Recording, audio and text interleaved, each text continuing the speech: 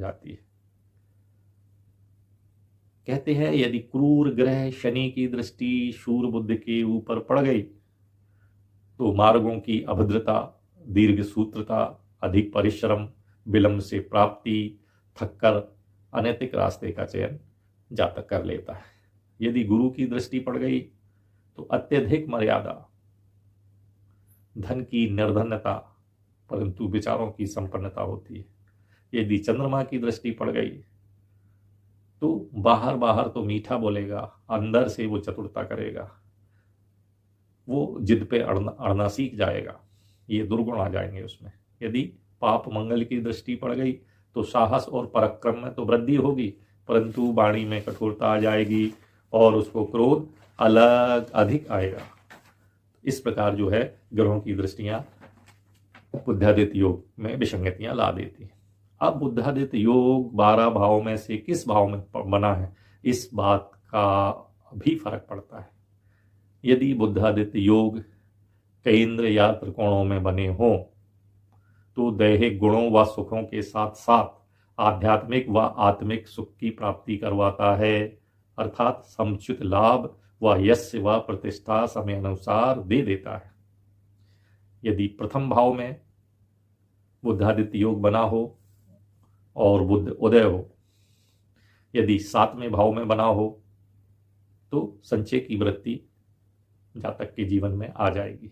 यदि चौथे भाव, 5वें भाव, 9वें भाव, 10वें भाव में यदि ये बना हो तो श्रेष्ठ परिणाम कुंडली धारक को मिलते हैं, मानसिक प्रसन्नता मिलती है, भौतिक सुखों की प्राप्ति होती है। यहाँ पर एक विशेष बात यह है, यदि 9वें भाव में बनता है जो त्रिकोण भाव कहलाता है तो पिता के कार्य क्षेत्रों से अतिरिक्त, मतलब पिता का जो कार्य क्षेत्र है या पिता जो कार्य अपने पुत्र से चाहता है तो पुत्र तो एक अलग कार्य क्षेत्र में रुचि रखता है, अर्थात पिता पुत्र में कार्य क्षेत्र में विरोधाभास हो जाता है।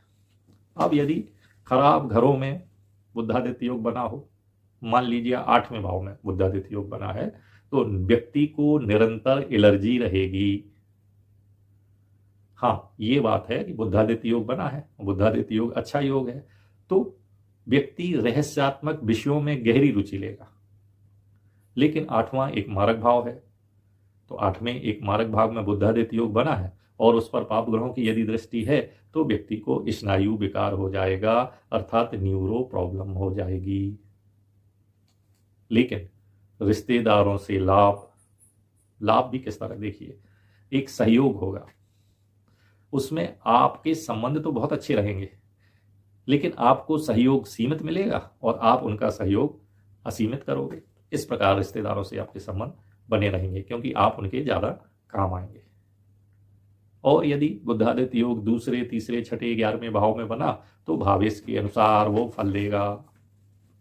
अब इसमें एक बात और है जो अंतिम बात है, लग्नों से 2 कुंडली, एक आपकी लग्न कुंडली और एक आपकी राशि कुंडली, तो यदि लग्न कुंडली से शुभ भाव में बुद्धादित्य योग बना हो तो दैहिक पुष्टि और बौद्धिक योग्यता जातक को प्राप्त होती है।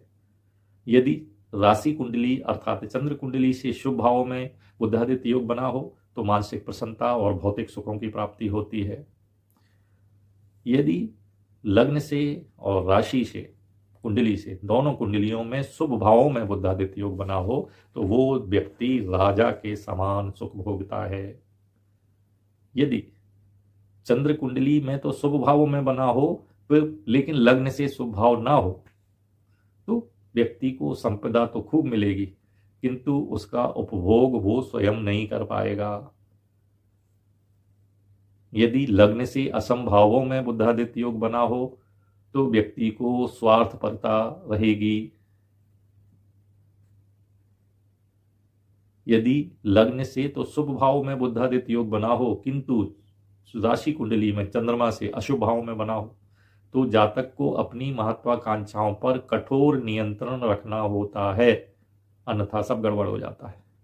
यदि लग्न कुंडली से भी खराब भाव में हो और चंद्र कुंडली से भी खराब भाव में बुद्धादित्य योग बना हो तो फिर व्यक्ति में ये विचार आता है कि अब तो सब कुछ छोड़ दो, सिर्फ आत्मा की सुख के लिए ही प्रयासरत हो, भगवान के प्रति काम करो। और वो सब होते हुए कहता है सादा जीवन उच्च विचार। यदि सूर्य की स्थिति राशि में और नक्षत्र में सूर्य की अपनी पोजीशन देखना है कि सूर्य जिस राशि में है, जिस नक्षत्र में है, यदि ये दोनों अशुभ हैं तो राजकीय संपर्कों, नेतृत्व के गुणों में और यश की प्राप्ति में कमी आ जाएगी।